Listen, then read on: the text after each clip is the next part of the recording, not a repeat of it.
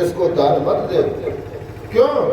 तुझे नहीं मालूम ये कोई ब्राह्मण नहीं है, और ये तो साक्षात नारायण है, और ये तुझसे छल करने के लिए आए हैं। आज यहाँ पर राजा बलि ने गुरु की बात नहीं मानी। क्यों नहीं मानी? गुरुजी ने कहा था कि भगवान विष्णु के नाम पर 100 यज्ञ करो, और जब भगवान विष्णु ही यज्ञ में आ गए तो यज्ञ तो सफल हो गया।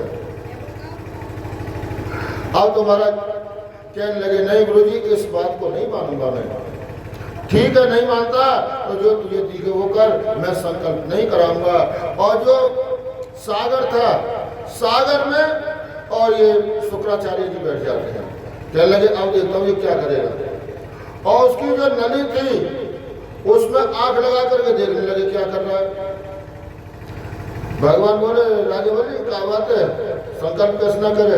तो गुरु जी मना कर रहे हैं कि मैं संकल्प न कराऊं। तो बोले कोई बात नहीं, तो थोड़ी बहुत मंत्र तो हम भी जाने, संकल्प हम करा देंगे, कोई बात नहीं। ले हाथ में जल ले। और जैसे सागर को लिया और जल निकालने लगे, उसमें से जल नहीं निकलता।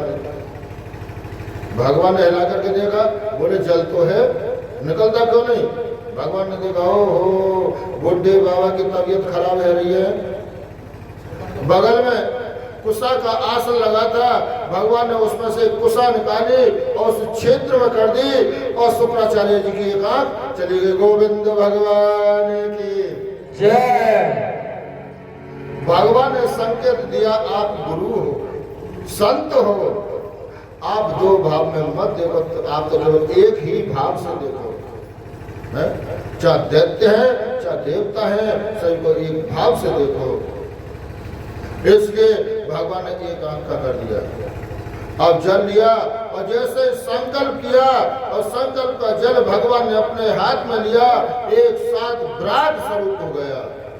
पहले पग में सारी पृथ्वी को नाप लिया, दूसरे पग में स्वर्ग लोक को नाप लिया, और कहने लगे राजन अब मेरे तीसरे पग की पूर्ति करो।